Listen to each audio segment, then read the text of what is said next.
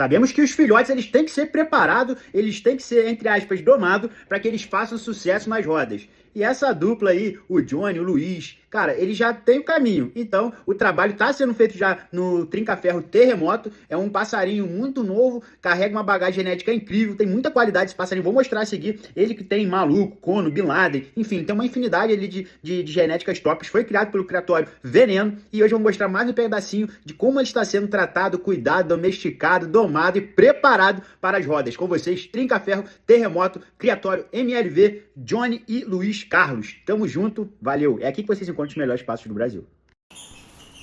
Olha o menininho aí, ó. Boné, gaiola. Não se preocupa mais com nada. Né? Bora, Terremoto. Bora, Terremoto. Vamos, rapaz.